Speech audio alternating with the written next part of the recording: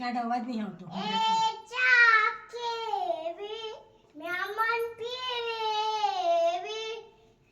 પછી એવા પૈસા પેવા એ પૈસા કેવા મહેમાન પેવા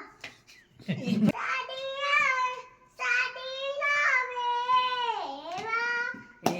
સાડી કેવી એ સાડી કેવી મમ્મી પહેરેવી એ મમ્મી કેવી ટોકો મારેવી એ ટોપો કેવો એ ડોકો કેવો રોઈ કાઢેવો એ લોહી કેવો કાગડો પીવે એવું એ કાગડો